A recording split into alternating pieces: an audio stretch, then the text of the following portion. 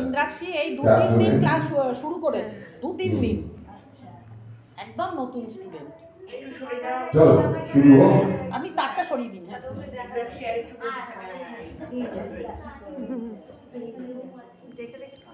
শুরু মিউজিক।